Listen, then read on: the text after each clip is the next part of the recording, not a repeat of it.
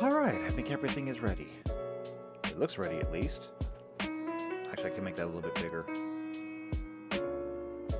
There we go. Now it's ready. Alright, then let's go ahead and make this disappear and we will get started. Hello! Shadowcat back, and we're getting back to work on our Warhammer 40k module for Starfinder. Last time we were here, we did a lot of work on races. We built the entire Tau race. So we've got all of our fire casts, air cast, earth cast, water cast, and the ethereal cast. And they came out really, really well. There's a lot of good variety, a lot of good coverage in terms of skills, abilities, things like that, and a lot of good synergy between them once you throw the ethereals into the mix. Especially since an ethereal can pretty much take an air cast Tau and put them on par with, say, the water cast, which, you know, are not as strong as like the fire cast, but still, bringing the weakest ones up to be kind of medium or average, that's an achievement right there. So yeah, Tau are looking good, but it is the Tau Empire. There's more than just the Tau in the Empire, so today we're going to fill in the rest. That is to say, there's only really two other primary races that we need to worry about. There are other races in the Tau, but there's only two others that really get a whole lot of playtime. That being the Kroot and the Vespid. And so that's what we're doing today, and after we get done with that, we're going to start working on some of their armaments. And we'll just do that until we run out of time. I look at the chat, I see that Blizz is in the chat. Hello Blizz, good to see you here. And we need to pull up all of our stuff if we're going to get to work. So we will need the browser, and we will need our spreadsheet. There we go. And I've already got stuff kind of pasted in here, so we are ready to get to work already. And that's what we're going to do. So, taking a look at the Kroot. I got the Tau Empire pulled up here. Somewhere down here we will find them. Actually, I could probably find them right over here. Yeah. Major species, we got the Tau, the Kroot, and the Vespid. Minor species, yeah, there's a lot of them, which is why we're not going through all those. We can't even get data on a lot of these. I would probably have to go and search really far and wide to get information on some of these, and I'm just not going to do it. No, we're just going to stick with the major species. Alright, so, Kroot. It says here, they are fierce indeed, these Kroot, and savage. I look upon them and tremble at their ferocity. I can only hope that when the enemy sees them, they tremble as I do. And that was from a member of the water cast. That's their allies. Even their allies are terrified of the Kroot. Alright, so, let's take a look. So, designated as the Kroot carnivore, xenospecies of savage humanoids, from the homeworld of Peck. They are tall, a good half-meter taller than most humans. That puts them at about 9 feet, give or take. No, not 9 feet, that'd be a full meter. It's about 7.5, 8 feet tall. Let's see, their avian history, giving them bird-like beak and long quills protruding from their heads like hair. And yet they're still described as being more reptilian-ish. So, I don't know. Let's see, unique feature of the Kroot is that they evolve by selecting genetic traits from their defeated foe to absorb by eating them. Due to this, many Kroot warbands across the galaxy often look radically different. Now that's cool. So they're kind of like Zerg. They eat something and then they mutate. Kroot leaders are known as Shapers. They are generally the Kroot with the best ability for reorganizing desirable traits in defeated foes, and tell their kindred, the word for Kroot clan, what to eat to reshape themselves to suit the task at hand. Cool. We've got to integrate that somehow into the abilities. Let's see. Kroot who prey extensively on a particular species will begin to take on characteristics of that creature. In sentient species such as orcs and humans, they may take on cultural aspects of that people as well. Kroot who have been fed Drukhari, for example, soon begin to show signs of the cunning and intense cruelty the Drukhari are known for. But you already said that they were savage, so how could you tell? In the case of animals, this sometimes leads to evolutionary dead ends. A kindred will find itself locked into an animalistic and unintelligent form, unable to evolve themselves anymore. Species such as Tyranids, who also absorb DNA from their prey, are hazardous for Kroot to prey upon, as they may acquire too many undesirable Tyranid characteristics. Very cool. Let's come down here to anatomy and physiology. Let's take a look. Alright, so they originate on their world of Peck, and though their anatomy is humanoid, there's evidence to suggest that the roots of their evolution may lie within the world's avian analogs. They retain the vestigial beaks and have light, almost hollow bone structure with 4 digits on each hand. Okay, that's good. That's good there. So they got beaks, which means that we might want to give them a bite attack, just by default. And it says light, almost hollow bone structure. Now, we already dealt with the hollow bone structure with the Aircast. And because they are so fragile, we actually gave them a -4 to their constitution. I think. Was it a -4 constitution? Let me double check. Earthcast, Aircast. Yeah, here we go. No, actually it was only a -2 to constitution. It was a +6 to dex, though. Alright, so we could do the same thing here, giving them a -2 to constitution. But that means we need to give them 2 benefits. Let's see, their skin is rough with small barbed spines, similar to the elongated quills on their heads, protruding from various locations on their flesh. Skin pigmentation ranges from earthy brown colors to dappled greens to vibrant oranges and everything in between. Depending on the feeding directions of the Kroot shapers, the coloration of each kindred can vary quite considerably. Okay, that's more description, nothing that we need to put down in the actual race. It's common for Kroot from each kindred to have particular tribal markings painted on their skin. Okay, that's not really needed. But again, that falls under description. They are tall, their bodies have a wiriness to them that appears deceptively fragile. In actuality, Kroot musculature is extremely powerful and comprised of dense fiber spindles with greater power to mass ratio than found in humans. Swift muscle contractions create a whiplash effect, allowing Kroot to deliver powerful blows with great rapidity. So they're strong, they're fast. However, they are avian, which means they're a little bit more fragile. Which means we could very easily give them a benefit to strength and dex and a penalty to constitution. And we could leave all of their other stuff alone. Let's see. Kroot tend to move on the ground with a bounding, hopping gait, but in dense forest they can spring from tree to tree with great speed. They favor primitive garb, harnesses worked from the hides of animals, and adorned with bones. Okay. The limited specimens have been made available for study. Don't care really about that.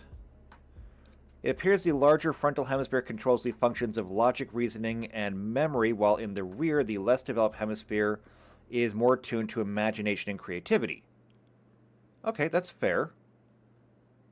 But doesn't mean that they're really going to take any kind of penalty to intelligence or any bonus to intelligence, really. The Kroot head is crowned with a great mass of tough, flexible quills that appear to be part of the Kroot's sensory apparatus. The quills contain what seem to be ganglia running from the frontal lobes of the alien's brain, and in this position would be extremely effective at receiving and interpreting information from the surrounding environment. Okay, that's good. And hey, JP is in the chat from Tampa.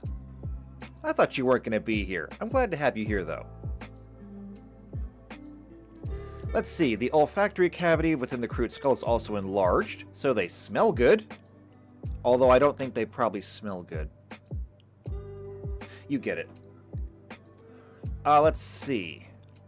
Their eyes are without pupils and are generally a milky white. Interesting. So I wonder how they see. It is likely that they are able to see further into the infrared end of the spectrum and can sense body heat generated from their prey. Therefore, they make excellent trackers and would be extremely difficult to sneak up on. They generate very little in the way of waste. Don't really care.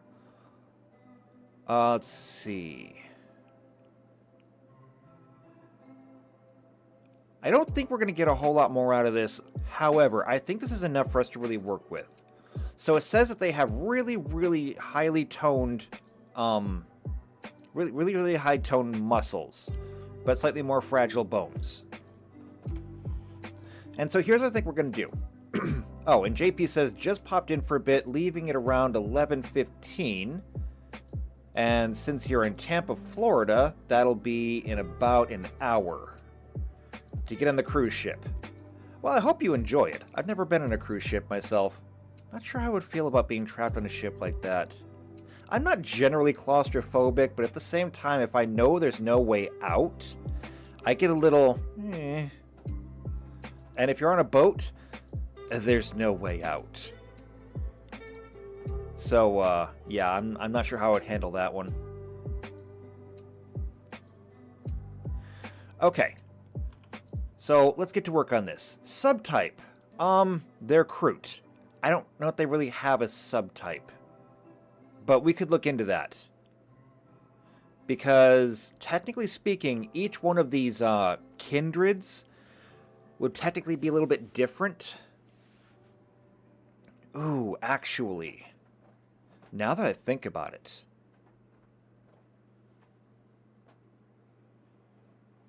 That's actually something I hadn't considered. All of these kindreds are going to be really different depending on the things they eat. And so depending on the things that they eat, every single Kroot is going to be different. So if I'm putting my ability modifiers in here, my immediate reaction is to give them the +2 to strength and dex and -1 to constitution. However, I think that's something that's common across all Kroot, so I think we can still do that. Maybe the points of variance we put into our abilities instead. I think that's how we're going to do this. Okay, we're gonna do that. Okay, so ability modifiers. Here's what we're gonna do. We're gonna go with a +2 strength, a +2 dex, and a -2 constitution. Okay? So good muscles, bad bones. Hit points. Because they do have the bad bones, they're already taking a penalty for the Constitution. I'm going to go ahead and say they're going to take about a 4 for the hit points, which will put them roughly on par with the Earth cast, I believe. Yeah. So they're decently tough. All right, size and type. Well, they are of course going to be medium. They're a little bit larger on the medium, but they're still medium. So medium humanoid. However, I'm going to go ahead and say avian subtype. And I wonder if I've got information on that. So, let's see. Is that something that we have here? Let me check the bestiary. Where is it? Here it is. Let me find me a bird.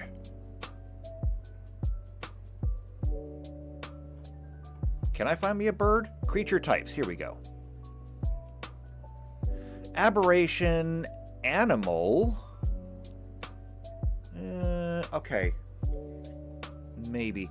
Construct, dragon, fae, humanoid, magical beast, monsters, humanoid, ooze, outsider, plant, undead, vermin.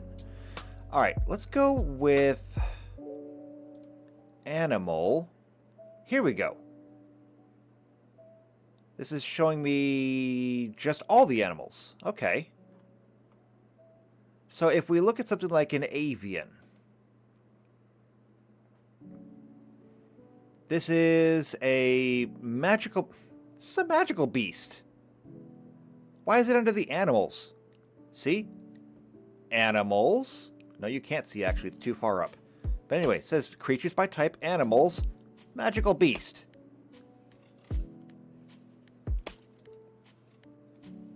Alright, what about just a regular eagle? Yeah, it still says just animal. I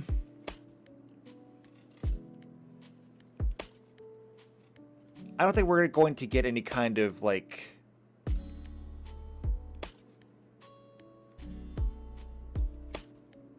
Yeah, I don't think we're going to get any kind of, special avian subtype here. But you know what? I'm going to go ahead and I'm going to leave it as that, because even if it's not already baked into the game, it's still good to have it there. Because there may be niche situations where that pops up. And so I'm going to go up here and I'm going to put avian subtype.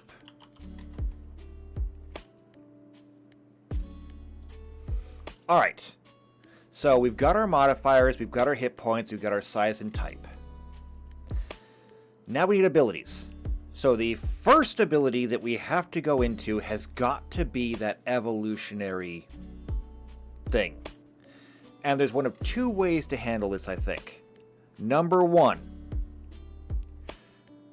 we have it tied to whatever kindred you have when you make your character. And we can say, because you come from this kindred, you will get these bonuses starting out. And that would be the easy way to do it, because we can simply say that you get a bonus to either an ability, or you get a bonus to skills or something like that. Or we give maybe an additional feat. Because if they're learning the... Well, no, they're not really learning anything. They're really modifying their body. So anything intelligence related is not really going to fly. So it's got to be something physical. So we need to give them something like...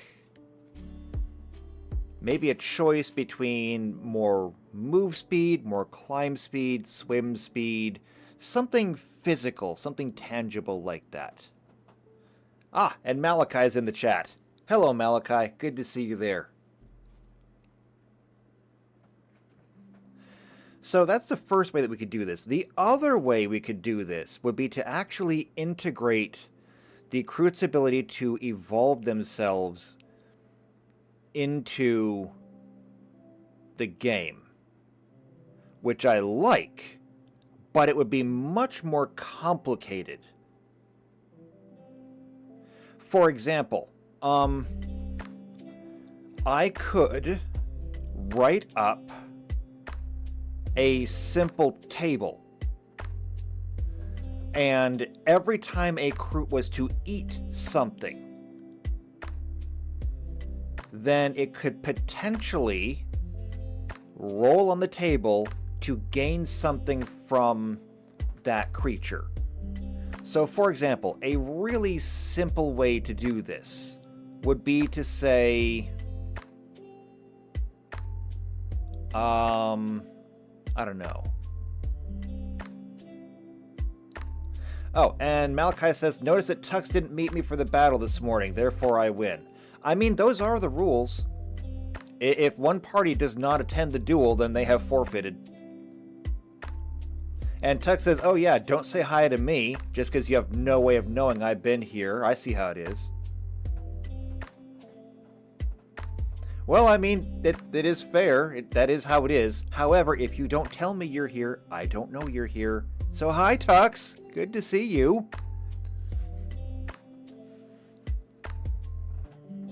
So anyway, what we could do is something like...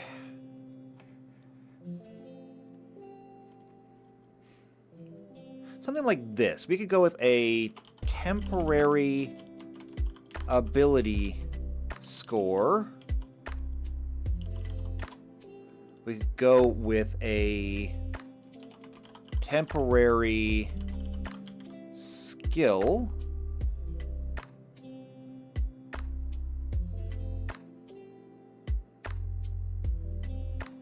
Temporary? Why did I write temporary? Hold on. Let me see if I can do this again right. Temporary skill. We could say temporary hit points. Or maybe we could say a temporary feat. And then it's just a matter of how long does it last.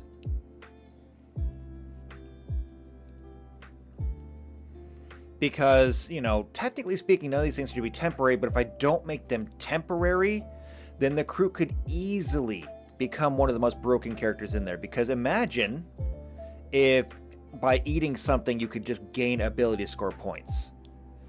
Well, any smart person would just say, okay, every time we get into a battle, just take all of the dead things and feed them to the Kroot. And eventually the Kroot will turn into some kind of behemoth.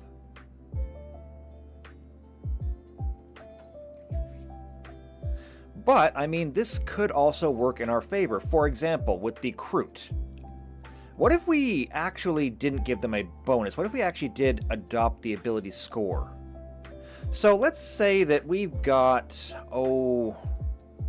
Let me roll some dice here.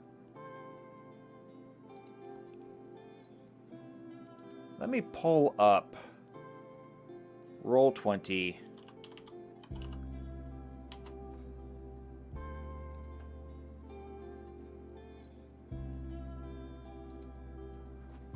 And we will go ahead and generate this. Malachi says 1 hour per level and is reset on a long rest. I mean, that's a good plan, actually. That's not bad. But I'm having an idea. I'm having a brainwave here. And anybody who knows me should be able to tell you how bad an idea that is. So here we go. We're going to generate some stats here. Okay? We're going to generate some stats here. So we're going to go with...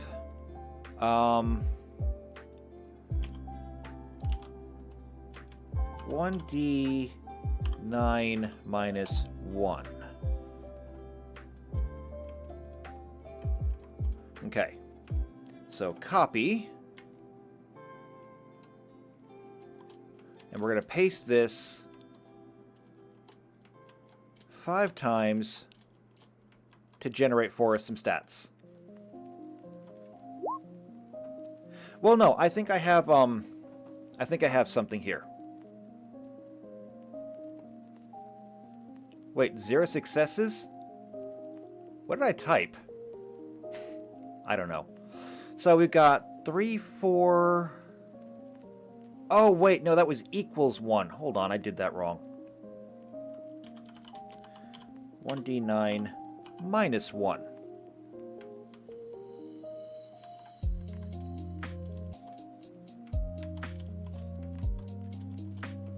4, 5, 6.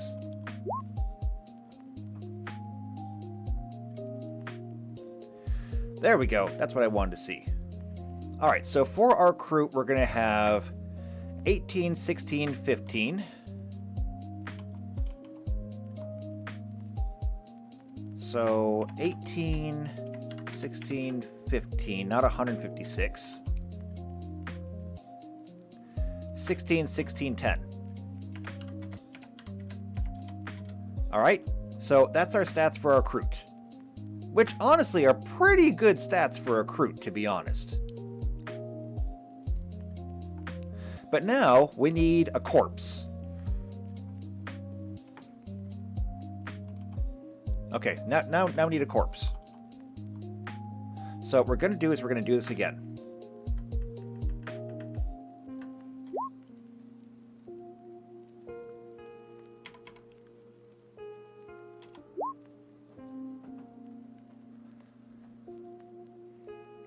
And so now we've got a 14, 17, 10.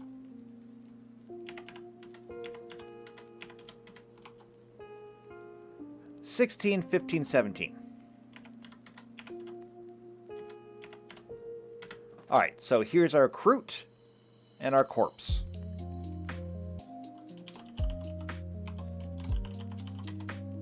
So, what if we did this? What if we said that when you eat something, you can replace your skill with the thing that you eat. So let's say that we've got our list here, okay? And it's not temporary. We're just replacing skills. We say, you know, you roll a 1d4, you get one of these things. Well, after you roll a 1d4, you get a 1, so it's ability score. Then we roll a 1d6. All right?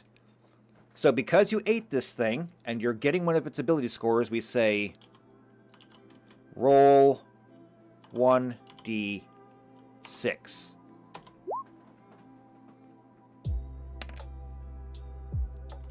And we rolled a 1, which means the first one is going to be the corpse's strength. So we're going to take the corpse's strength and replace that we're going to replace our strength with it, which means that our Kroot would now go down to a 14. Bad luck. But that would make it it would make it random. So yeah, we could determine how many well, hold on a second. It would make it random, which I like. Randomness is good. However, it has to be a weighted randomness. It has to be a weighted randomness. So, I like this system, and I'm willing to write up the entire rolling table for this. But in order to weight it, Malachi says this seems legitimately bad if you have good stats, but godly if you roll straight 10s. But here's where I think we can weight this, because you're right. If you had great stats and you rolled this and like what we just happened, we just lost 2 points of strength. So what if we had some form of advantage? Because after all, what were they called? They were called, was it flesh shapers? Flesh crafters? Something like that? Where was it? Is here. Where are they? What are they called? Shapers. Right. Kroot leaders are known as shapers. They are generally the Kroot with the best ability for reorganizing desirable traits in defeated foes. So we need to tie that in, which means, what if we were to say, maybe not every level, but maybe every 4th level? Okay, what about every 4th level? So it starts at level 1, and then level 5, level 9, level 13, level 17. Okay?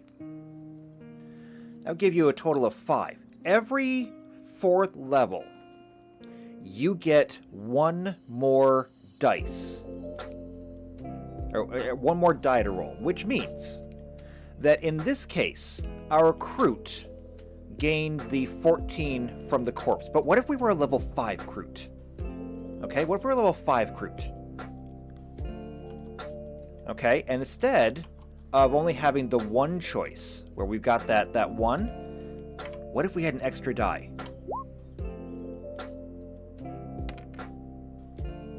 2. So, dexterity. So now we have the option. We can take either strength or dexterity. So we could take the 14 in strength and replace our 18, which is bad, or we could then take the 17 to replace our 16. And the older your Kroot gets, the higher your Kroot level, the more dice you get to throw at this. Until eventually, by the time you hit level 17, you've got 5 dice to throw. So you can eat any one good stat, but you get 5 throws to see what that good stat is. And maybe, just maybe, by the time you're that level, now you're looking at things and you're saying, you know what? I don't want to eat that thing, because there's almost no benefit to me eating that thing. But you come across some big monster somewhere and you're like, okay guys, I need you to kill that thing for me. Trust me, it's going to be worth it. And so you kill some giant monster somewhere, you eat it, and maybe you have a chance at gaining, say, a strength score in the 30s? Like, let's take our Kroot here, okay? And let's go into the bestiary and let's look for something big. What do we want? Something big. I know. How about a dinosaur? Alright? How about a dinosaur? I'm not even sure where you're finding a dinosaur. Malachi says, now how many corpses can you eat a day? That is a good question. I may cap it to, say, once a day. Because after that, we'll just say you're full. However, not only could you eat something and gain its stats, but it could also serve to, you know, replace your meal requirements. So you can carry like 10 rations on you just in case you need them. But as a Kroot, everything is food for you. So yeah, let's say that you are a Kroot, you find a Tyrannosaurus Rex. Okay? Look at the stats on this thing. Where are they? Stats. No, seriously, where are the damn stats? Come on.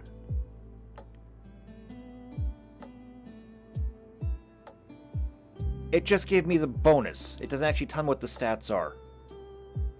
Well, this is worthless. You know what? Forget that. Pathfinder is so much better.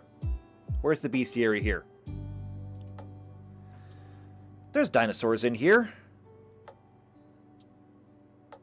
I want dinosaurs. Clockworks. Demons, devils, dinosaurs. Tyrannosaurus. There we go. 32, 13, 19. 32, 13, 19. 2, 15, and 10. Alright, so there's our T-Rex, okay? So you got your party to somehow find and kill a T-Rex for you.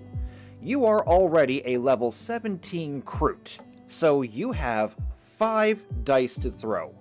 You managed to roll a 1, so it's going to be an ability score you're going to eat. And so we come out here and we say 5d6. Now, some of these are probably going to be duplicates. And so your options may be limited just by luck itself. But your choices are 4, 4, 4, 3, and 2. Bad luck. And so 4 is the intelligence. I would highly recommend that you do not eat the intelligence.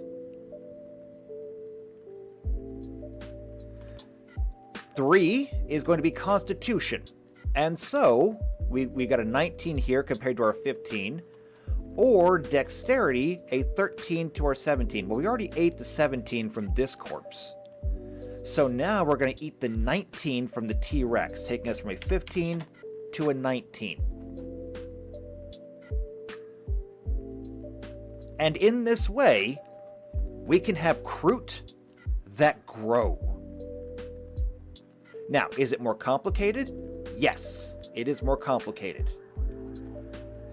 But it's complicated in a way that if you're going to play the character, you should probably understand how this works.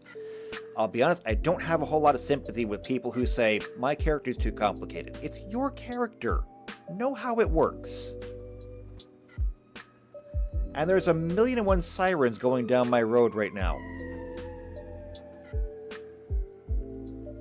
Somebody just had the audacity to have something on fire while I'm trying to do a live stream. Shake my head. Okay, so I'm liking this. I like this. I think this is good. So I'm going to go ahead and I'm going to say for ability 1, I'm going to say evolutionary cannibalist. And I'm going to say once per day, eat a corpse, roll to gain, or roll to replace 1 score.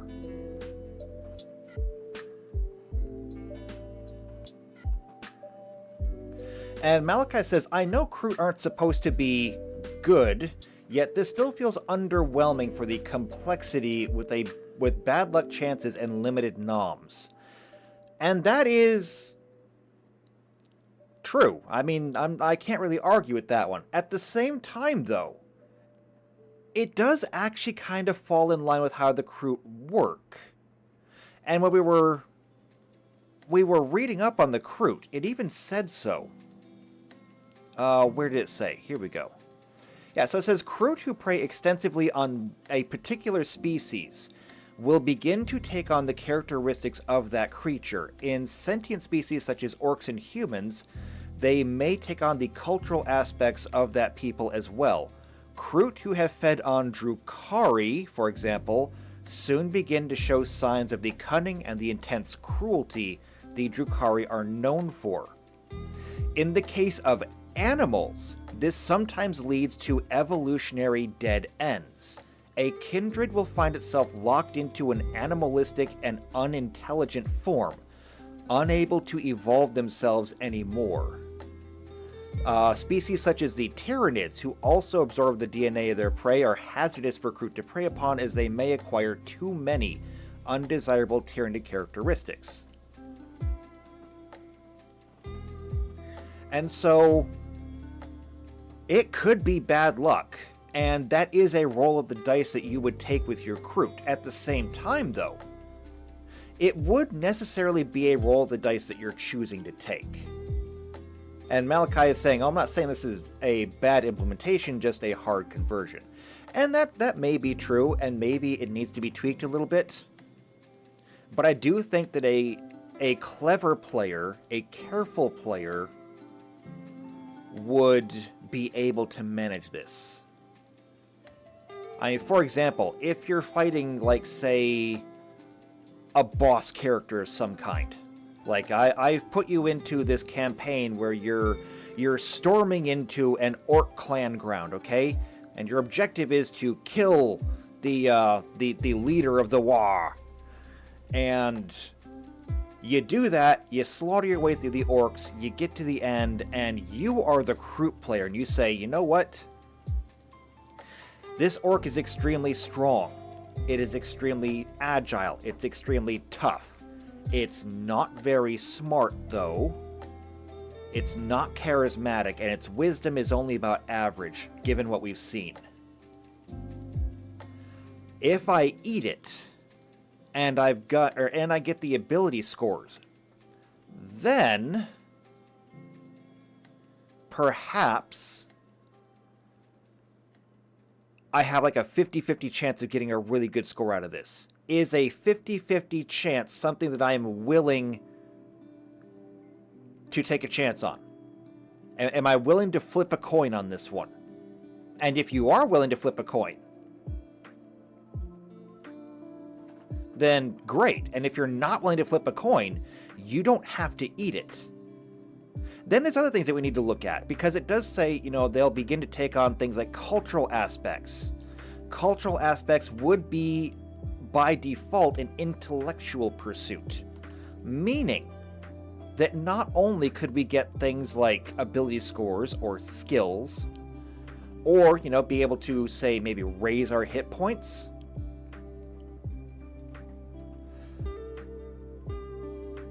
We could potentially get feats. And perhaps we have to like cap it and say, you can only have a maximum of X number of feats. So, for example, I believe that feats in Starjammer work the same way.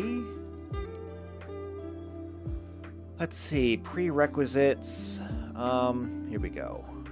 All characters with certain abilities don't directly tie to their race, class, or skills. Yes, Tux, feats.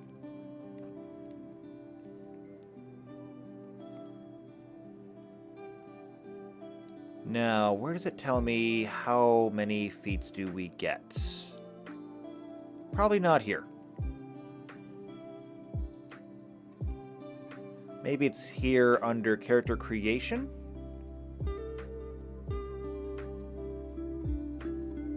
Because I believe everyone gets at least one feat starting out. So choose a theme, choose a class, ability scores, skill ranks, and choose feats. Okay, here we go. So skill ranks right there. Once you've assigned your skill ranks, you choose your feat. Most characters begin play with one feat, though humans gain a racial bonus feat. Feats are a good way to boost an element to your character that might be lacking. Yeah, I get that.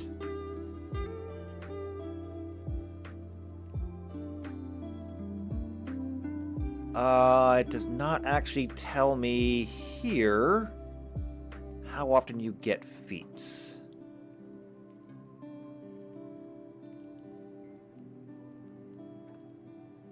Alright, so where's experience points and advancement? That would be somewhere under game mastering, I do believe. So, affliction, stuff like this, stat blocks, level equivalent, design encounters. Gaining experience, here we go. To award experience, sure. CR equivalencies, experience point rewards. That's individual. Here we go. Wealth per encounter, but it doesn't actually tell me when and where you get feats.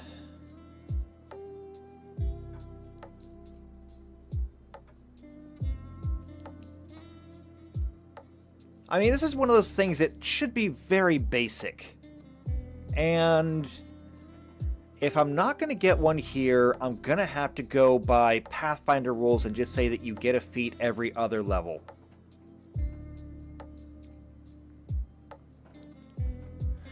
And so, how do we want to do this? Because I can't just say you can eat corpses and gain feats. Otherwise, by the time the game was over, you could have an entire character sheet dedicated to having feats. And Malachi says, can you steal feats that have prerequisites and bypass the need for those and apply the feat as though you had the requisites, because some feats like to build on others? The answer to that is yes and no. And here's where that gets a little bit complicated. Number one, because it is random, you don't necessarily know what feats you're getting. Now, if this was a case where you needed a feat, or you acquired a feat that had a prerequisite in it, like, for example, you picked up the ability to use an improved whatever, then the answer to your question is yes. You have the feat, you can use the feat. But, and there's a big, big but here, if you have the feat that requires you to have some kind of physical characteristic. Like, say you picked up an advanced flying feat. Kroot don't fly. And so, having this feat is not going to benefit you. I mean, you ate your corpse, you gained a feat, it's useless to you, unfortunately, and I'm sorry about that.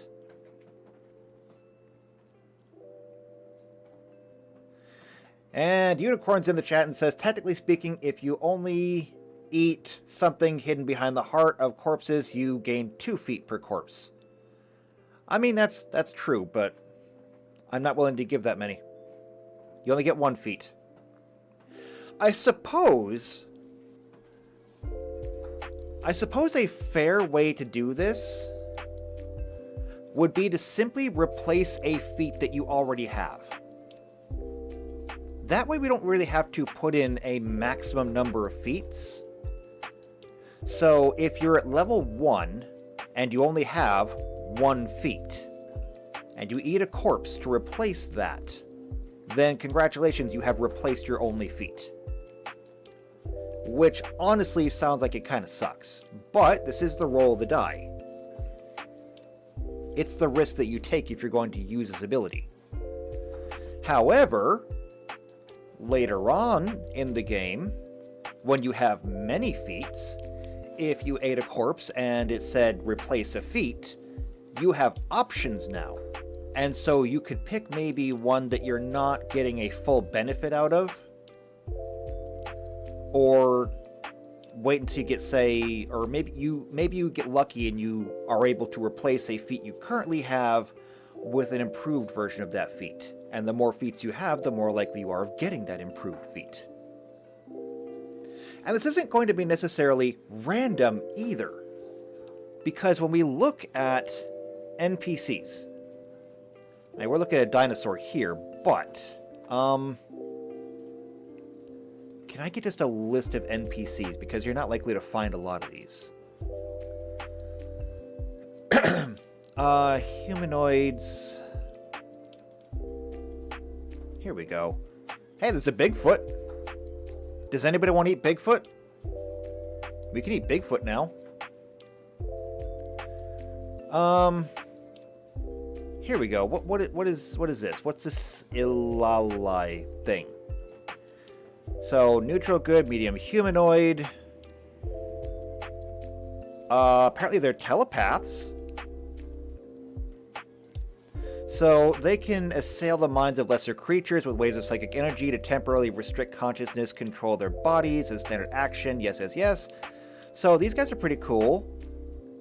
And if we look... do they have any kind of feats? They have skills.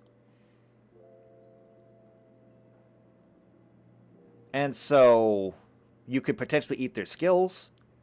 They also have spell-like abilities. So that could be interesting. We'll have to include that. They have immunities and resistances. We'll have to add that in there too. There's a lot that could go into this.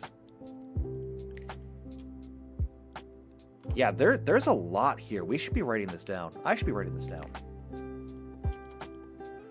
Okay. Let's go ahead and fix what I broke there. So, things that we could do, and I want to have this limited to a dice. So, here's what we could do. There's saves. So, saves, which I don't know if I really want to do that or not, but maybe. There's immunities, resistances,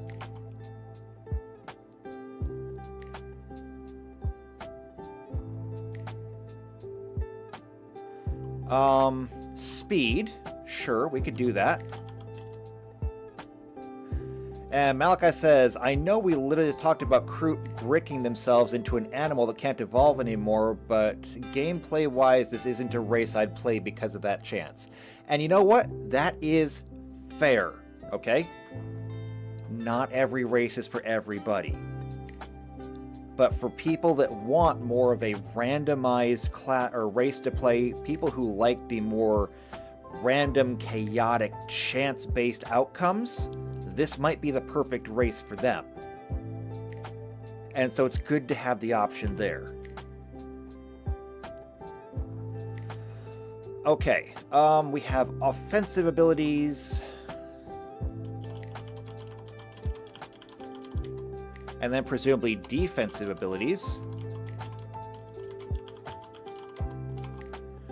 Let's see. Spell-like abilities?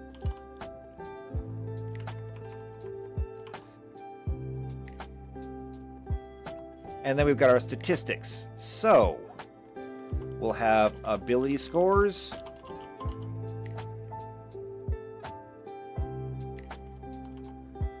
Let's see, skills. Languages, because I don't see why we couldn't have languages.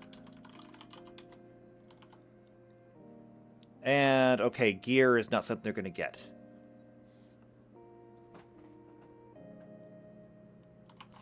And so, also, we've already got skills in there, so we're also going to want to add feats. And so what is that? That is 7, 8, 9, 10, 11.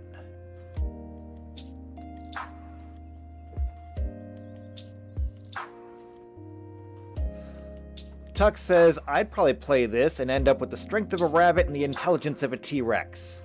I mean, could happen. But here's the thing. Here's something interesting. Even if that happened, it's reversible. It's reversible because let's say that you ate a T-Rex, okay? And you gained the intelligence of a T-Rex. You are now an animal. That means that as an animal, first off, you don't necessarily have to like immediately go feral on your own team. I mean, I suppose that's possible, but you don't have to because let's face it, it's your party. You've been with them forever. They're basically your pack. So you've already got a kinship there. We don't necessarily have to say, well, you're just going to go all Blade Runner on them. But if you got the intelligence of... If you got the intelligence of the T-Rex, so your intelligence is now a 2. That means that we could feed you almost anything else to bring your intelligence back up. Now, granted, it's luck of the dice, so we would have to keep feeding you things until eventually your intelligence came back up. However, this is also where being a higher level Kroot comes into play.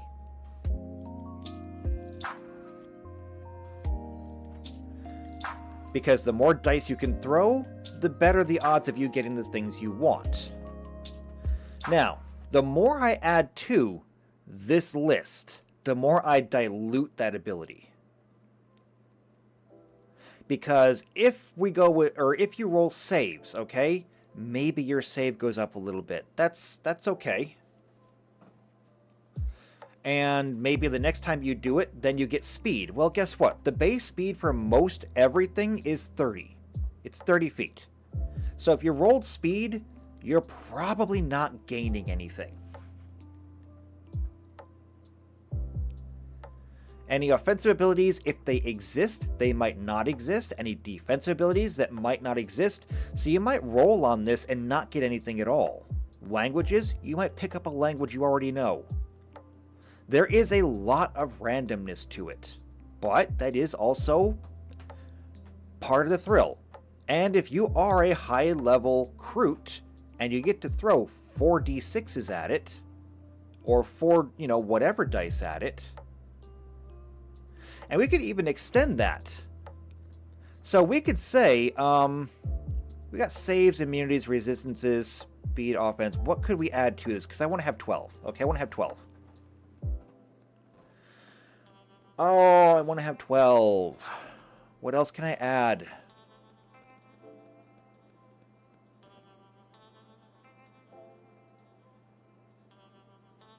Oh, senses. I can add senses. There we go. So you could potentially eat somebody and gain their dark vision or whatever.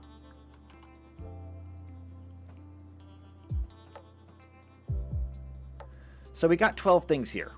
What we could say is that, you know, we've got our Kroot. We have our Kroot character built. And because you are a high enough level... you are a high enough level Kroot, you get to roll 4 d12s.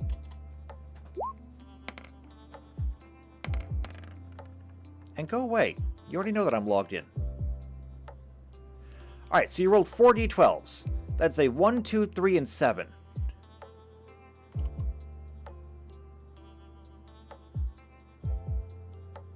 So 1, 2, 3, and 7. That means you can choose. You have your options of saves, immunities, resistances, or spell-like abilities. And Malka says, as you get higher levels and bump stats with ASI, grab feats, buff yourself, it still gets worse though because the selection of benefits is ever shrinking. It is, but it just means you have to be more choosy about what you eat. You want to go after the things that are really worth your time.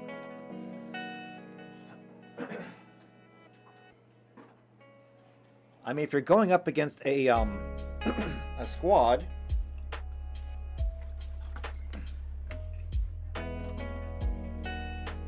of, say, Imperial Guardsmen, you're obviously not going to want to eat the Imperial Guardsmen. Okay? They're not good for you. In every sense of the word.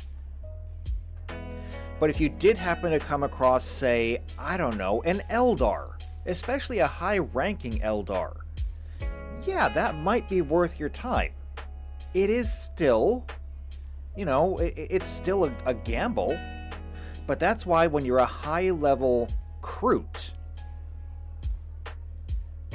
you can roll, say, like we did here, 4 12s, and just say, okay, I have these choices of things that I can pick from, and then, because, you know, being a Psyker and all Eldar are Psykers, maybe you can acquire the Psyker abilities of that Eldar. It is random.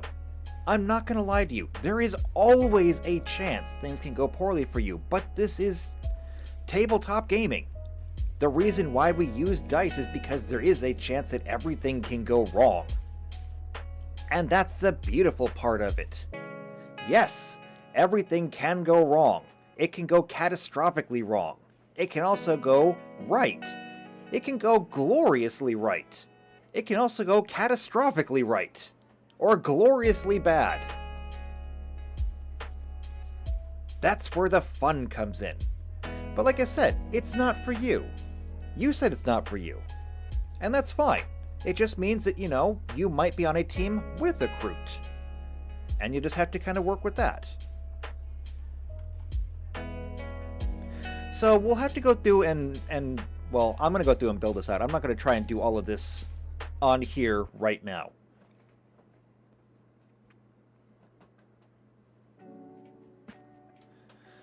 And in fact, there's even more things that I could add here because we could also add in things like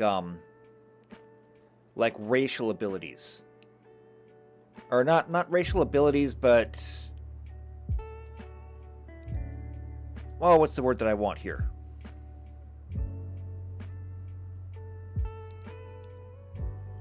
Racial traits. I see no reason why we might not be able to do things like racial traits. Some of them make sense. Like, dusk sight. So, humans who lack regular exposure to bright natural light adapt to their surroundings. They have low light vision and a +2 racial bonus to perception checks. Now, we could always grab that and just say, you know what? That's an option.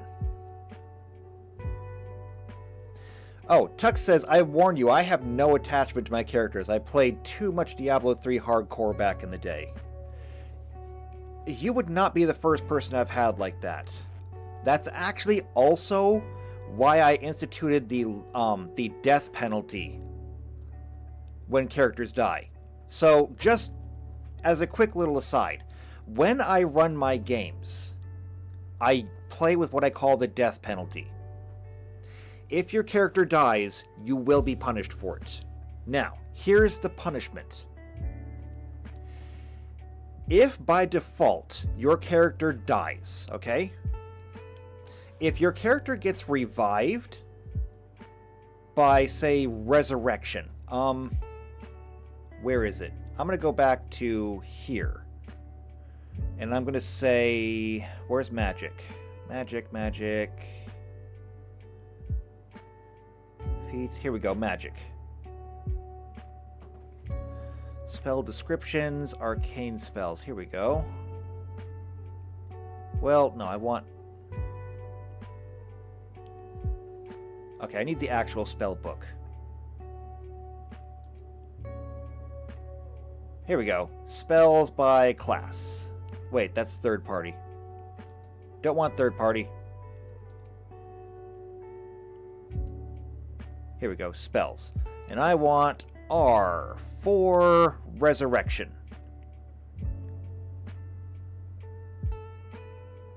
Where is it? R-E-I, R-E-M, R-E-S. Here we go. Resonance, respectful, resplendent, resurrection. There it is. Okay. You know, kind of just the bread and butter of any fantasy setting. The ability to bring people back from the dead. Now, components here: verbal, somatic, material. You got to have a diamond worth 10,000 gold pieces, and you need to have a divine focus. So this spell functions like Raise Dead, except you're able to restore life and complete strength to any deceased creature. Now, let's see. Upon completion of the spell, it is immediately restored to full hit points, vigor, and health with no loss of prepared spells. However, the subject of the spell gains 1 permanent negative level when it is raised, as if it had just been hit by an energy-draining creature. Okay? If it's at the first level, it instead takes 2 points of Constitution drain instead. If this would reduce it to 0 Constitution, then it simply cannot be resurrected. So you gain 1 permanent negative level. Now, in Pathfinder, this is how they do this.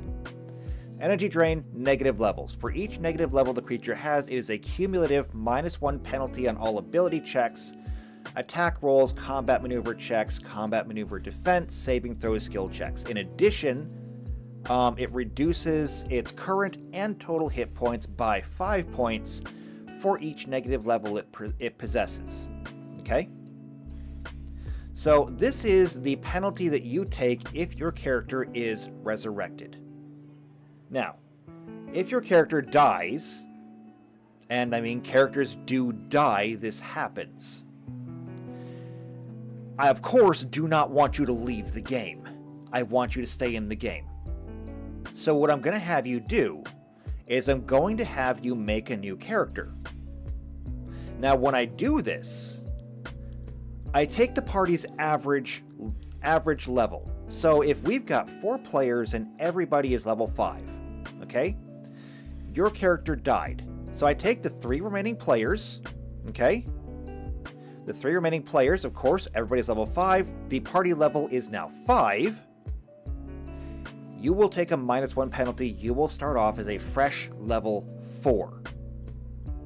This means that you are a little bit behind everybody. However, we do not have a party of level 5s trying to drag a level 1 character into everything they're doing.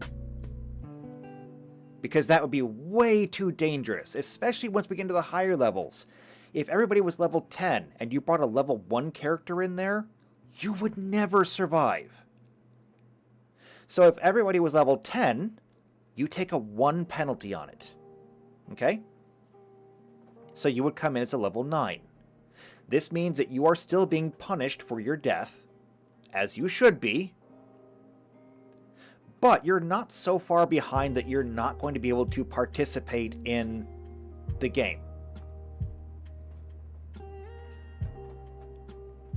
Now, this has a few knock-on effects, because experience is granted based on the party's average level. And if we have a whole lot of deaths in the party, then those characters who, have survived, they're raising the party average, but everyone who's died is lowering the party average, which means that if the party average gets lowered far enough, then the party average might actually slip below the highest level characters. It does mean, however, that all encounters will now also be reduced to that new party level. So if we have 4 people and we've had a lot of deaths, so now the party numbers are, let's say, 5, 4, 3, 2, 1, okay? Or no, just 5, 4, 3, 2. That means that the party average is going to be, what, 2.5? Is it 2.5? I'm not sure. Let me check this. 5 plus 4 plus 3 plus 2 divided by 4. Oh, it's actually 3.5. Okay. So 3.5, and we're going to go ahead and round down because everything gets rounded down. That means that the party average is going to be level 3. So every encounter, all of the NPCs, all of the monsters, everything will be set up for that level 3 group. It means that the level 2 person is still going to be struggling a little bit to keep up. The level 3 person is still going to be right where they belong. However, the level 4 and 5 players are actually going to have it a little bit easier, which should make it so that the rest of the group is carried. And it should mean less deaths going forward. And so using this system, which I'm very proud of, everything should work out in the long run. And everybody gets to re-level, everyone gets to advance, stuff like that. And so this is one of the ways that I use to help kind of curb player deaths. Nobody wants to die, and this is incentive not to die. Now, that being said, you don't necessarily have to die. Characters can also retire. And if you retire your character, I'm still going to penalize you, but it's not going to be as bad. So, if you retire your character, you're still going to take a half-level penalty. That is to say, I'm going to knock you backwards 1 level. However, I will grant you 50% of the XP needed to get to your next level. Why? Because I still don't want players who are going to just say, I've been playing this one for a while, I'm bored with this character. I'm going to get rid of it. And I'm going to say, you sure you want to do that? And if you're okay with taking a half-level penalty, then by all means. But for some players, they're just like, you know what? Yeah, I don't want to take a penalty. So I'm going to keep doing this. And then, not only will you continue to play your character, I'm going to work with you to try and get your character into the place where you'll actually enjoy playing it. Because I get it. I do. Sometimes you pick a character and you're like, this character is going to be awesome. And then you get to playing it and you're like, this character is boring as shit. I get it. I've been there. I've done that. So let me help you find a way to enjoy your character. Malachi says, I'm just trying to make it so the Kroot's evolution isn't so feels bad because if you brick a stat at any point, you have a 1 in 12 to reroll the stat and a 1 in 6 to fix your bricked stat. This, of course, is assuming that the enemy has the stat you want to begin with and you've not eaten today as well. So, yeah, low odds on that one. And I get it. I do. I really do, and I understand your concerns. I do still think this is the best way to handle the Kroot's evolution, though. Because you're not wrong. There is always the chance that things can go catastrophically wrong. But if I do it a different way and make it much more lenient, I think there's a much bigger risk that I get Super Kroot. And Super Kroot would actually be kind of worse. Because while there is a chance right now that you could brick your character, and that would be bad. Once you get a super powered character in the game, it really breaks the game. And to give you an example, I had... This is story time here. But I had in one of my Pathfinder games, I had a party of 4 people, 5 people, I forget what it was. I think this was during the Mimic campaign.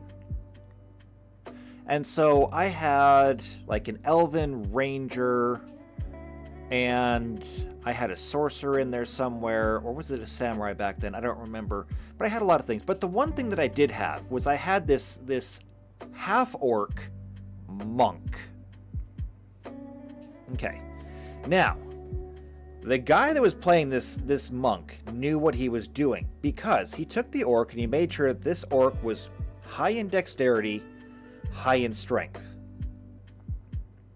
And then, after that, he completely turned him into a wrestler. So we already had all of the unarmed abilities and feats that come with being a monk. And then he took pretty much every single grappling feat that he could get his hands on. This meant that when he went in there, he could literally grab onto anything and just immediately subdue it and pin it. He had feats to subdue things that were bigger than him. He had feats to go through and deal with things like armor or weapons. He could disarm people and then grapple them. And at the end of the day, what happened was his character was actually so good at grappling that the only way that I could really deal with his character was to put in things that either couldn't be grappled, things like, say, oozes, or to put him in positions where he couldn't get close enough to grapple. So keep him at range, because as a monk, as a grappling monk, if he wasn't in range, then he couldn't really do anything. The problem is that in order to stop his character, any challenge to him was absolutely lethal to the rest of the party. And anything that was scaled to the party was absolutely paltry to him. And so it greatly unbalanced the game, because I could not put in any kind of challenge, because there was either no challenge or it was unbalanced. And so that's the danger of having, a super powered character like that. And I'm a little bit afraid that if I was to make it easier on the Kroot to gain specific abilities, that we might end up in the same place. So I don't want to do that. I want to keep things as random and fair as possible in that way. Now, Malachi says you could average the stat, Kroot base plus the enemy's base divided by 2, instead of a 1-to-1 replace. And that is possible. After all, as Malachi said, it's an adapt, not transform, and it handily halves Super Kroot and spares the total brick. That's an option. I could go with that if my players are willing to do that. Usually I find that the more math I add, the more it tends to drive away players. I have my my adaptational experience system that I love and I would love to use, but I have been told that having abilities for which you have to roll a percentage dice is too much work. And I'm not going to make a judgment call on that one. If my players say it's too much work and they don't want to do it, then I have to abide by what my players say. I mean, they are the ones playing the game. The game is made for them. If they say it's too much, I gotta assume it's too much. And I mean, I thought that my adaptational experience system was great. You take your current hit points for this level, divided by the experience points needed to get to the next level, to give you a percentage, and now any abilities that you've chosen to work on for your next level, you have a percentage chance to roll on. So if you are a fighter and you're working on, say, power attack, okay? And you are 45% of the way to your next level where you're going to learn power attack, then you have the option to say, I'm going to attack and I'm going to use power attack. And now you roll a D100. And if you roll in the 45 percentile, congratulations, you get to use power attack successfully. If you roll under that 45 percentile, you fail. I think it's a really cool system because not only do you feel like you're actually working towards your next level, but you actually get to feel the benefits of leveling up. Because every time you get experience points, you get a little bit better at using your abilities until you eventually reach your next level, where you now have a 100% chance of using it every time you use it. And at the next level, you get to pick your next skills, and now you're suddenly working your way up towards them. And since you never really stop, like on the level, that means that if you've already got power attack, and now you wanted to learn, say, cleave, and you're already 4% of the way up there, it's a really bad chance, or really bad odds of actually cleaving something. But if you wanted to try and cleave, you go ahead and roll that.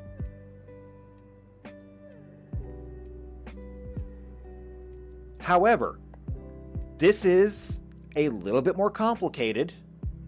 You have to do some actual math behind the scenes to know what your percentage chance is of actually using it successfully, and every single player that I have pitched it to has said they don't want to do it. And so when you say that we could average the stats and say your base stats plus the enemy's base stats divided by 2, I'm going to have players who are going to say they don't want to do the math. Like, I can get I'm going to make this table, okay? And I'm going to say, you have to roll dice to first see what category you're in. And then you have to roll more dice to see what you get out of that category. I can get players to roll dice all day long. I cannot get my players to do math.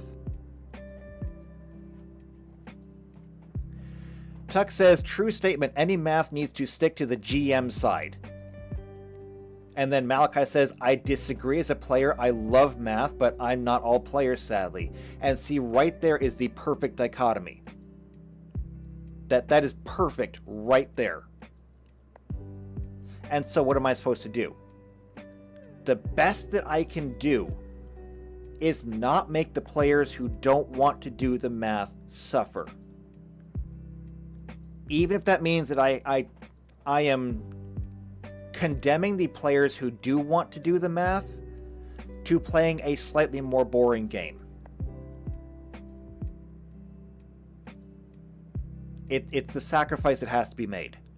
Now, if I could find a group of players who are all into the math, then it's all on the table. We can do this. But as it is now, I can't justify it.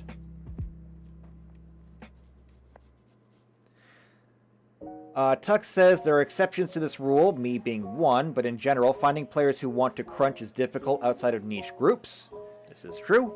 Malachi says it's absolutely fantastic when learning feats and such. That's what I thought. I thought it was a brilliant system. And Malachi says cater to the lowest common denominator. Unfortunately. And I mean, I get it. I have complained about catering to the lowest common denominator before. I've done it. Because I do believe that when you cater to the lowest common denominator, everybody suffers for it. People need to be challenged in order for them to grow. But at the same time, if they will not even attempt the challenge, you're wasting your time. Unfortunately. And it is unfortunate. And a lot of people just are not going to put in the effort to do it. So I can't justify it. Which means that we're probably going to have to leave this as just a straight replacement. You eat somebody, you get their thing. Whatever that thing may be. And like I said before, if you don't want to take the chance, you can still play a Kroot and never eat anything. Which is why we still got to figure out what our ability number 2 is. Because we've already got the evolutionary cannibalist. But they need a second ability of some kind.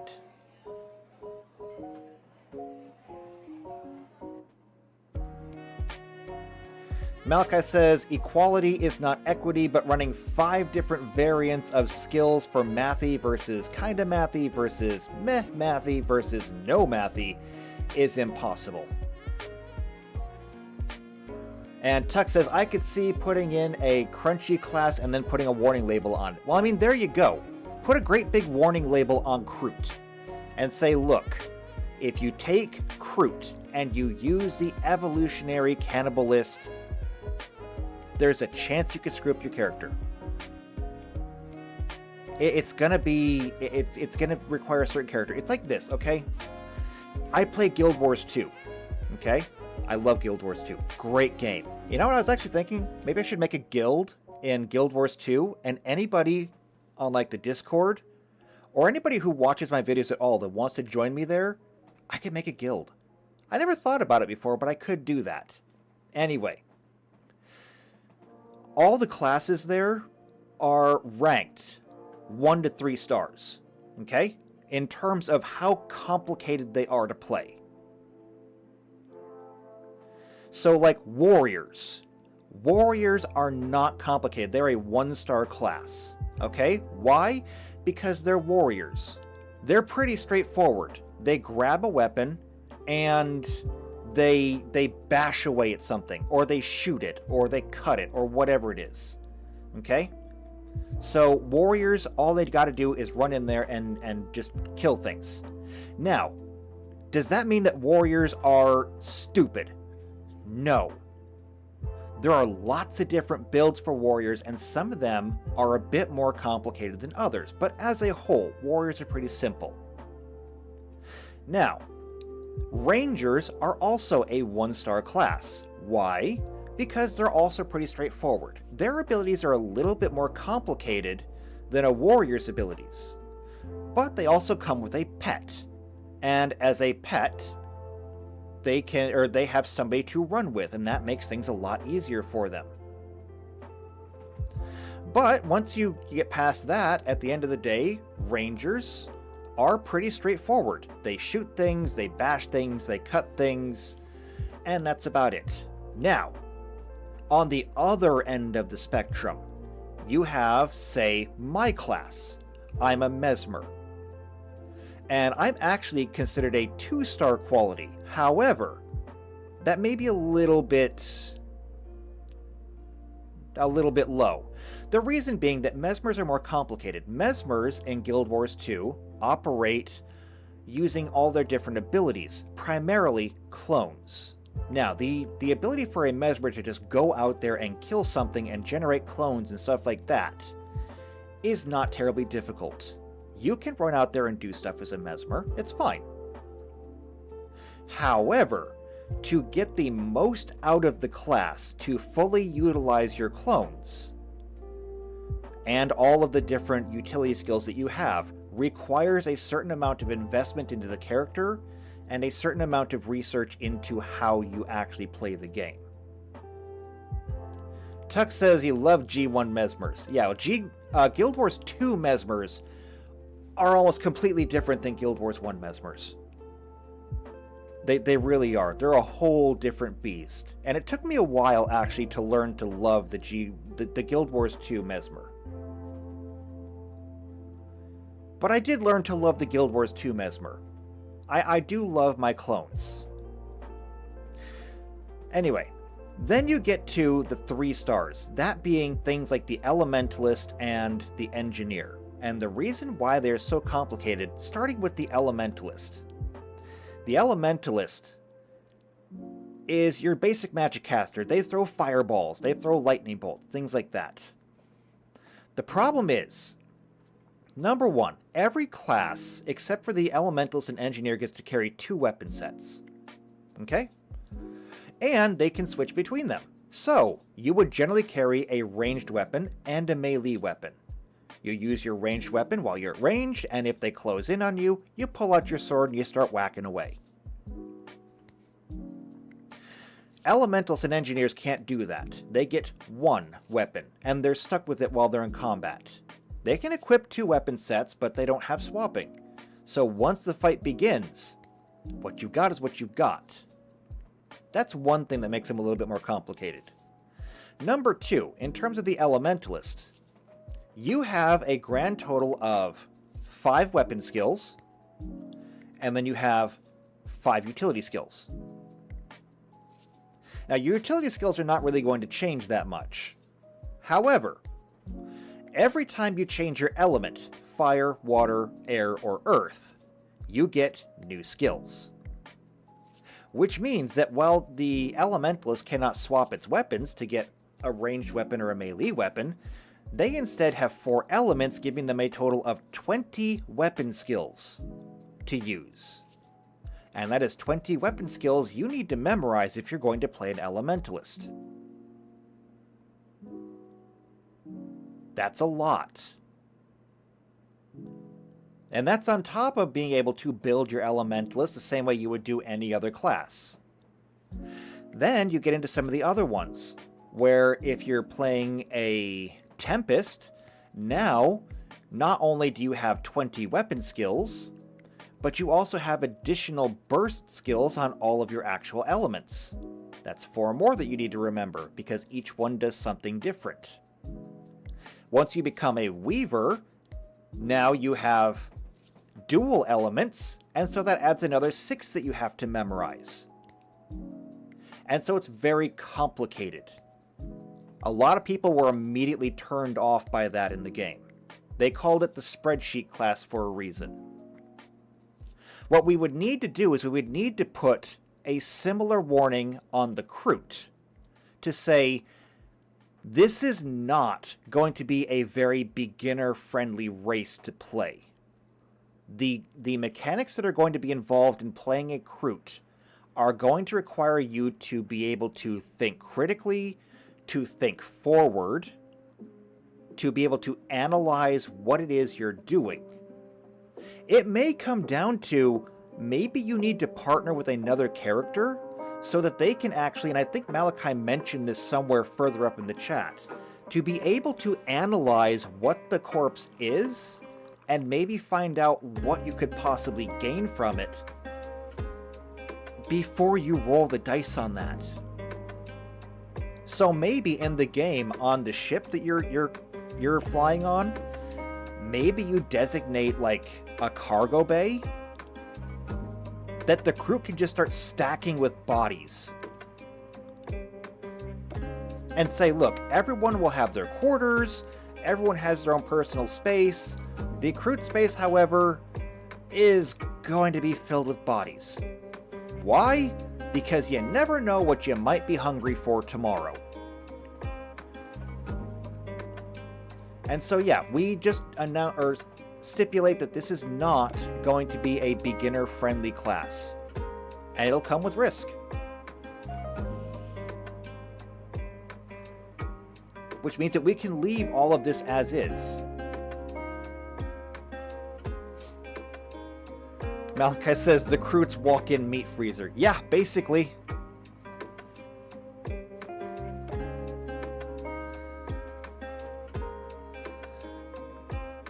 At the same time, though, I mean, it's a handy way to get rid of evidence, I suppose. It's like, hey, there was a murder, and we're still looking for the murder suspects. We're looking for any evidence. Do you guys know anything? And it's like, nope. Wasn't there like, weren't like 4 of you here before? Wasn't there a Kroot with you? It's like, I don't know any Kroot. Nope, just been us here. It's like, can I come on your ship? No.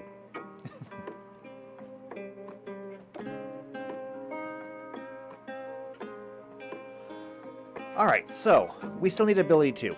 And we've been at the Kroot for like an hour and a half now. We haven't even touched the Vespid. So, but I mean, this was a very complicated subject. It needed to be worked out. But we need a second ability here. So we need Kroot. What else do Kroot do besides evolve?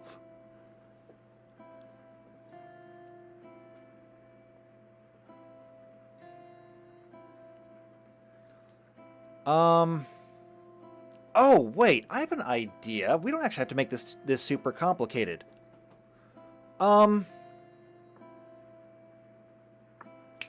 Yes. Hold on a second. Proficiencies. Because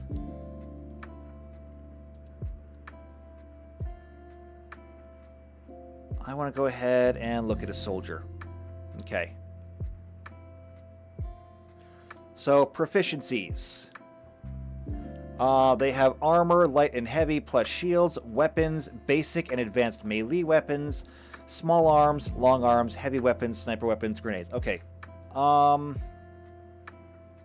Here's what I want to do. Here's what I want to do. When we looked at, or we were making the list out of rifles, we've got Kroot rifles. We've got Kroot guns and Kroot bolt launchers. Okay? Now, these are both vehicle weapons. I don't know if you necessarily need to have any kind of proficiency for vehicle weapons. But there is the Kroot rifle. And I'm wondering if we look at like a mechanic. Proficiencies for a mechanic. Let's see. Armor, light, weapons, basic melee weapons, grenades, and small arms. They do not have long arm proficiency. Envoys. Again, basic melee, grenades, small arms.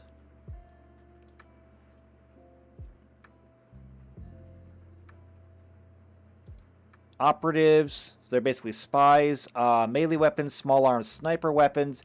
Yeah, here's what I think I want to do.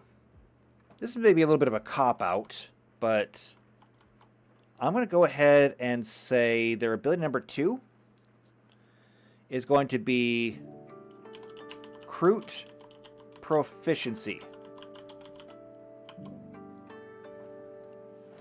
And this will be a racial proficiency with any weapon with Kroot in the name. No, that does not mean you get to name your minigun the Kroot Slayer and suddenly get a proficiency in it. It doesn't work that way. I've had someone try that.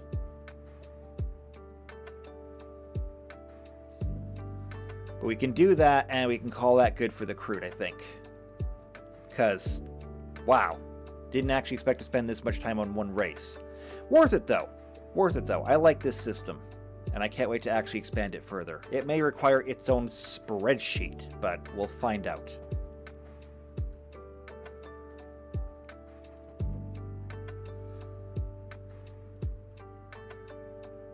But that should be good. And there's probably melee weapons for the Kroot, although most of their weapons do dual duty, actually.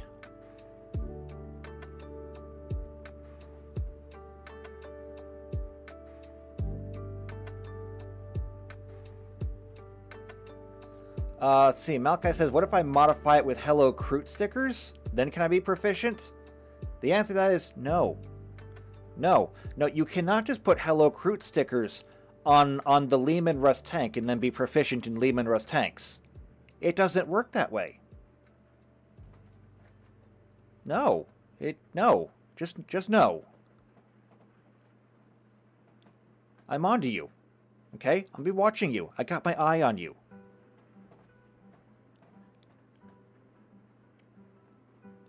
Okay, so yeah, they'll have the proficiency for Kroot rifles as well as Kroot guns and Kroot bolt launchers. And since the Kroot rifle is both range and melee, well, we'll deal with that when we get to it. Alright.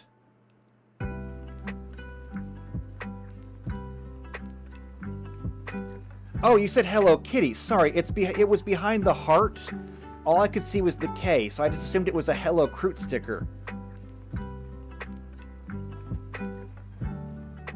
I had to assume. Kroot, Kitty, they're both the same length. They both start with K. I made a mistake. That being said, though, if somebody can draw me a Kroot in the style of Hello Kitty, I will love them forever.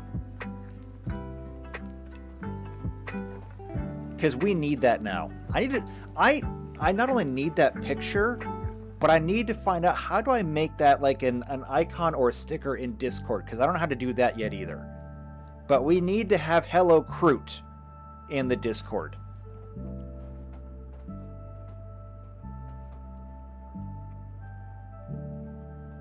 In fact, I might need to put that on a t-shirt or something. Could you imagine that? Working on my Teespring store already. I need Hello Kroots. Alright, we only have like 20 minutes left before I gotta end this stream. There's not really a whole lot of time to do the Vespid, but maybe we can get a little bit done on them. Alright, so we've already done a little bit of reading with the Vespids, because I didn't even know that they were their own race until I started this this module. And so this is really cool, and I'm really looking forward to this. We may dedicate a lot of the next stream on these guys too. Alright, so this is the history of them. I don't care. Physiology. Now, here's where we get started on these guys. The Vespid are a vaguely insectoid species, though this narrow term is an imperfect one that fails to account for many aspects of their unusual physiology. Their bodies are encased in a chitinous exoskeleton and sport many lethally sharp barbs. They see by way of 3 pairs of eyes, 1 pair perceiving ultraviolet, 1 visible, and 1 infrared, which makes their vision presumably awesome. It is assumed they see in all 3 ranges simultaneously, therefore have perception of their surroundings unique to their species. But it doesn't say if they necessarily see like any further. They don't have like 360-degree vision. They just see in all the light spectrums, which means they have built-in night vision. Okay, they have built-in thermal vision.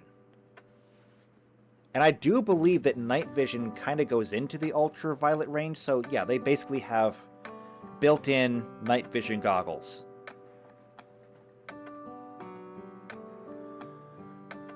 Alright, the Vespid also possess a pair of extremely sensitive antennae that constantly collect information from their surroundings. Vespid claws are described as being diamond hard and are used to tunnel into rock to create their hives. They can fly by way of hard chitin wings, which also emit a continuous ultrasonic tone, which their species appears to be able to modulate to control the workings of their crystal-based technology. There is a lot to unpack there.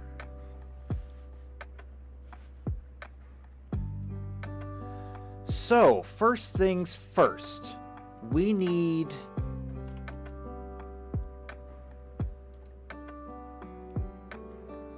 to work on this. All right, so Vespids, they are going to be an insect subtype. And I know that it said that that was a very narrow definition, but I'm going to run with it anyway. Size and type, it is going to be medium humanoid of the insect subtype. Okay. Ability modifiers. Now, it does not say anywhere in here, and there's not a whole, it doesn't really say a whole lot about them, to say that they're that much different than anyone else. Let's see. The upper layers of the planet's atmospheres are hosted to thousands of floating islands of rock kept aloft by the lighter-than-air gas trap within. They make their homes within these structures, using their diamond-hard claws to hollow them out. Let's see. The lower levels are host to all manner of exotic and unique types of crystal, which only the larger female Vespids have the constitution to reach and harvest. Okay. That complicates things. We may have to do a male and female version. It's not the only race to do this in Starfinder. I think it's Lashuntas also have a differentiation between these sexes.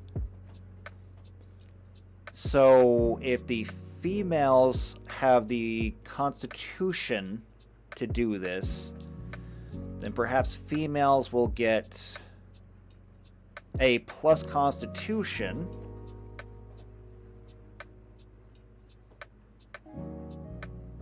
But then what do we give the males? I'm not sure. Let's keep reading. Vespid forces working with the Tau Firecaster organized into warrior squads called Stingwings. They use their diamond-hard claws and neutron blasters to harass enemy heavy infantry, such as Space Marines or the Ordo Tempestus stormtroopers. Commanders called Strain Leaders wear communion helmets gifted to them by the Ethereal Cast, which allows them to keep in contact with both the Shas-Ar Tol Command and other members of the Strain. One cultural trait they share with the Tau is that, like the Tau, they are highly deferential to their leaders, obeying them without question. The Vespid, unlike the mercenary Kroot, believe in and fight for the greater good alongside their Tau allies, which brings a sort of camaraderie with the rest of the Tau Empire's multi-species armed forces that the Kroot do not share.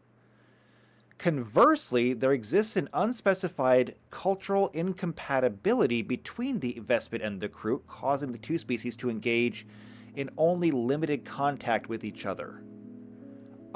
The Vespid possess void ships called nest vessels, which resemble giant stalactites. And that is it. That is all it says about Vespid, so we're going to be making a lot of assumptions here, I think.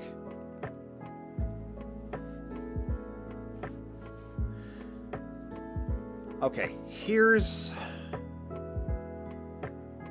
what I think I want to do.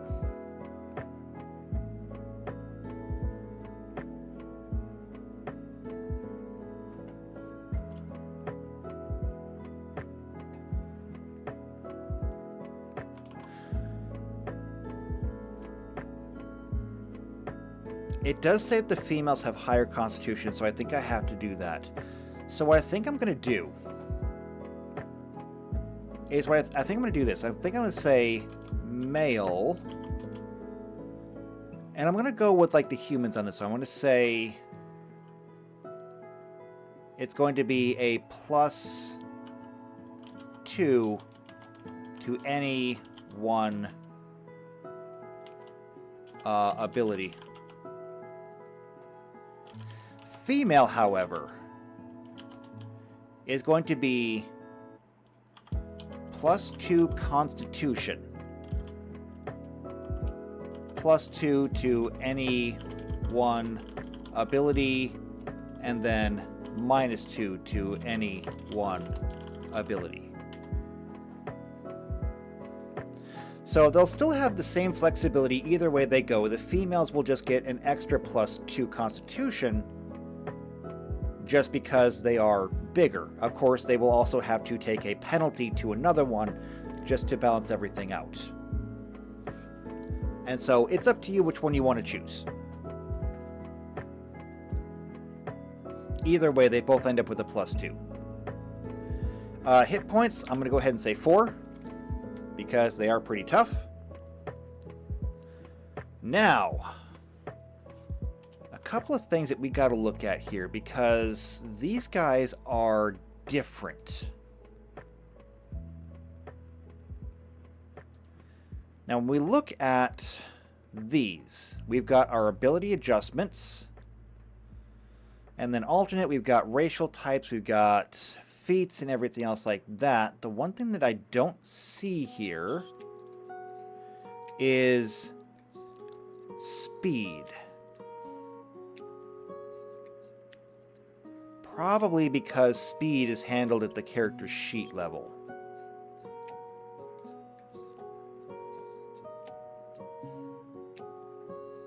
So create a character, choose a race, choose a theme, choose a class, apply your class, skill ranks, feats, buy equipment, fill in the finishing details. That is alignment, armor class, attack bonuses, carrying capacity, DD description, homeworld initiative, resolve points, saving throws, size, speed. So yeah, this is handled right here.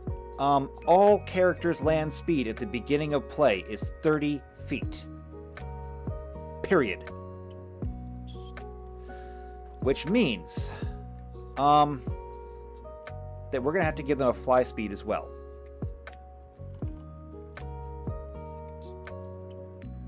So I'm going to go ahead and copy.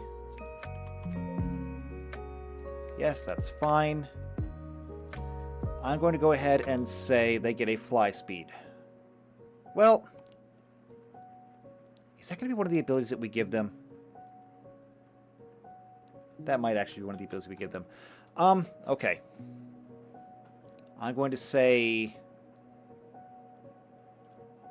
they have wings. Okay, I'm going to say they have wings. So just wings. Vespid have a fly speed of, and we need an example here.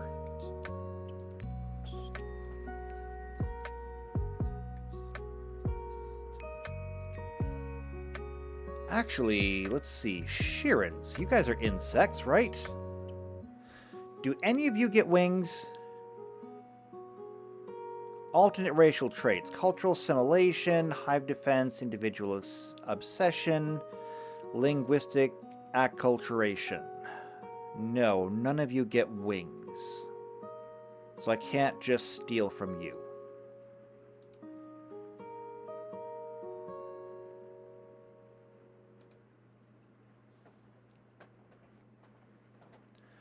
So I need creatures by type. Humanoids. I want to find a humanoid that flies. If I can. I'm not even sure what I'm looking for here.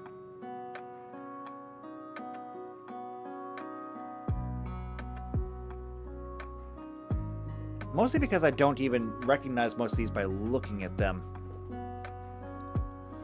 How about these guys? What are you? What are you? So, a Winterborn Riforian mechanic. You guys are probably just really good pilots, but I don't think you guys are actually flying your own.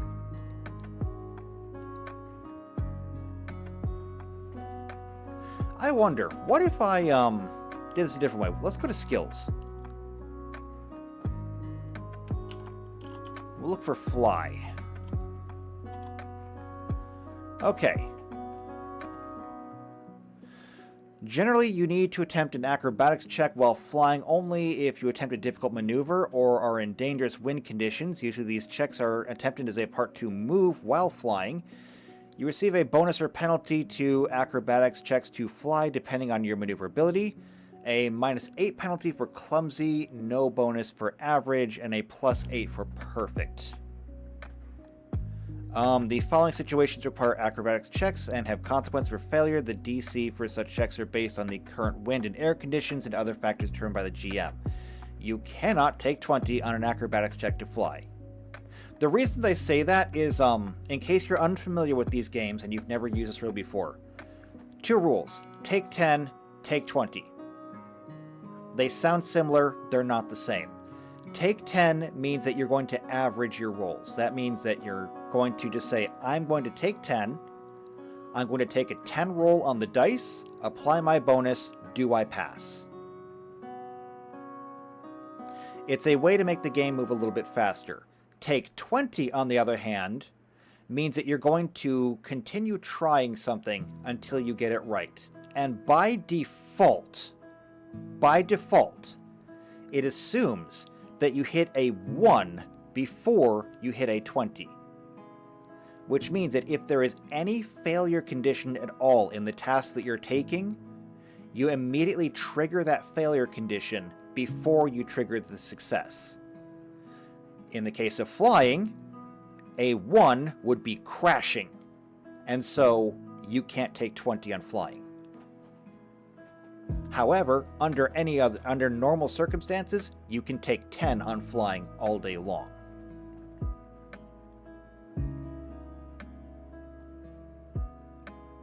So here we go. Here is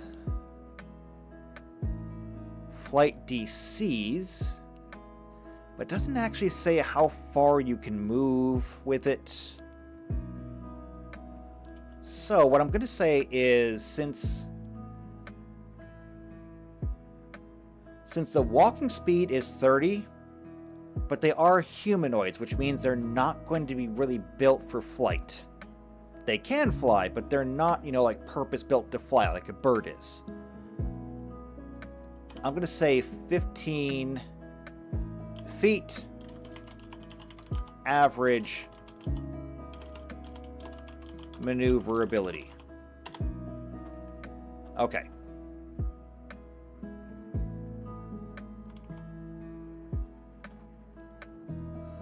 Now, that's one thing that we can get. The other thing that I think we need to work on are those eyes. Okay? Those eyes and those antennae. So here's what I think we're going to do. I'm going to say Vespid senses. And here's how we're going to handle this. Vespid, I'm not even going to write this out like that. I'm going to just say they are going to have low light vision, dark vision, and they are going to have blind sense at 60 feet. Okay, 60 feet. So that's going to be 12 squares in all directions. So, low light vision will incorporate their infrared, so they can see in anything like that. Dark vision, of course, is going to be their straight up night vision, so ultraviolet. And then blind sense will cover the antenna that constantly collect information from their surroundings. Which means, forward, they can see in all the light spectrums, and even behind them, they can sense you coming.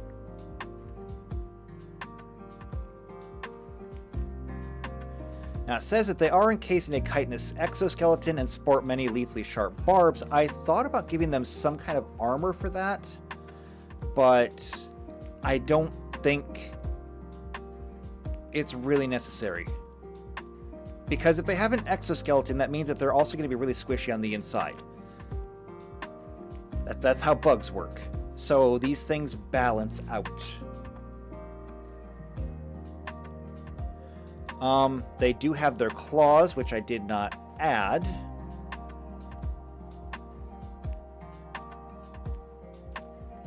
And you know what? I'm just going to say this. I'm going to do this. Vespid anatomy. They have a fly speed of 15 feet, average maneuverability, and I'm going to say 2 claws. And how much damage will they do? How much damage does a claw attack do?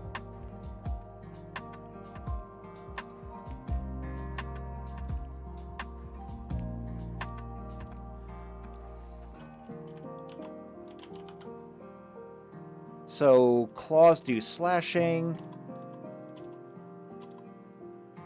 Doesn't actually say how much damage it might do, though. So, unarmed strike. Well, here we go. An unarmed strike, it does 1d3 bludgeoning, but since they have claws, we'll just say 1d3 slashing.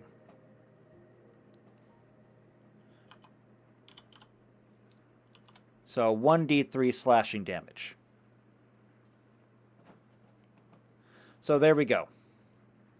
So they can fly, they can claw, and they can see. And then, of course, they are the only ones who are able to use their particular brand of crystal weaponry, which we will get to next time because we are out of time today. But I think that's going to be a pretty good Vespid. I know we spent way too much time on the Kroot and not nearly enough time on the Vespid, but there's not a lot to really go into with the Vespid anyway. So I think this is just going to work. Now, do I think that they are more boring than the Kroot? Yes, I do. But that's only because I put so much effort into the Kroot, and I think that they're going to be so much more interesting because of it. That being said, though, if you didn't like the Kroot because you didn't like the randomness of it, you didn't like the complexity of it, then maybe you like the Vespid more, given that they are just kinda better. So they are pretty normal, depending on whether you go male or female, but they can fly, they are never unarmed because their claws are literal weapons, and they have some of the best senses ever. When you add on to this your class and then your feats, you've got a pretty good looking character there. And especially the ability to fly. Never ever let that be understated. Flight is one of the most overpowered things in any game. So, if you're going to make a Vespid, make sure you have a high dexterity, which would also make you a really good pilot, or a really good gunner. You'll have really good acrobatics, because, there you go, I mean, that'll make you a better flyer. You'll have a lot of places that you can fit in. And then, of course, there's the weapons. But we're going to have to wait to get to weapons next time, because I am out of time for today. Having too much fun.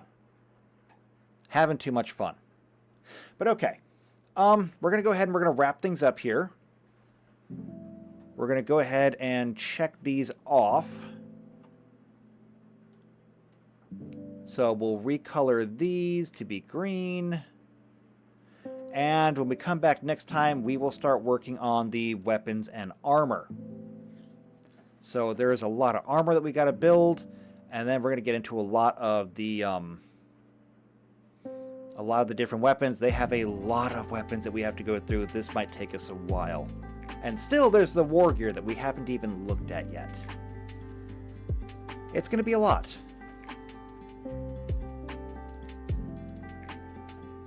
Now, that being said, announcements.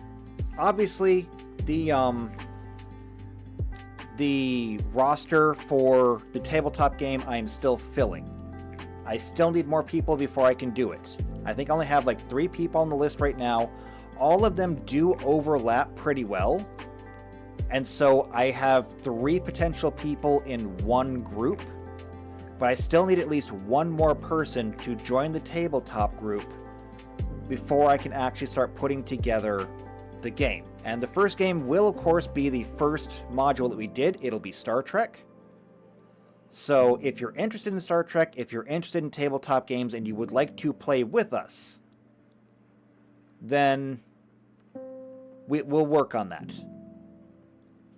So if you're interested, join the Discord, join the behind the screen, and let me know what your availability is. It's all there on the Discord, and you have to be on the Discord. That is a requirement for being in the tabletop game. It has to be done. Now, next Sunday, there will not be a stream. Thanksgiving is this week. Thanksgiving is Thursday. However, due to family work, family obligations, things like that, my family will be celebrating Thanksgiving on Sunday. As such, I won't be here. I will be in New Jersey. Pray for me. Pray for me. So, I will not be able to do the tabletop stream next week. The lecture will still be going on, but there will not be a tabletop stream next week. The week after that, we'll get back to it. That being said, I will try to at least be in the Discord that day. So, well, I'm in the Discord pretty much every day. So if you're ever interested, if you want to come by, if you want to talk shop, anything gaming related, anything tabletop related, and it doesn't even have to be related to this module. If you want to talk about anything gaming related, anything Pathfinder, Dungeons and Dragons, Starfinder, or any of the modules we've done, anything at all, it's there. We can chat about it. It's good. Otherwise, though, if all you're interested in is just, the live streams here or the other videos that I do, make sure you subscribe to the channel. Make sure you hit the bell icon. That way, you get notified when these videos come out.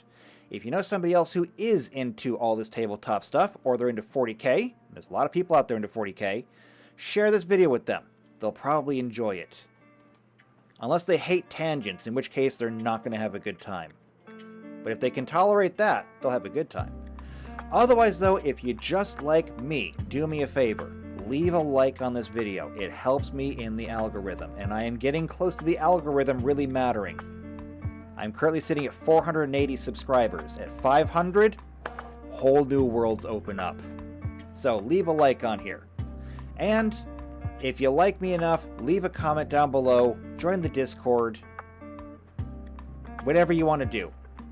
Otherwise, though, I guess I will see you not next week, but the week after that for the next tabletop stream. Okay? And until then, have a happy Thanksgiving. Have a safe Black Friday. Wear a helmet, okay? We know what happens. Have a safe Black Friday and a Small Business Saturday. We take Sunday off. And then a Cyber Monday.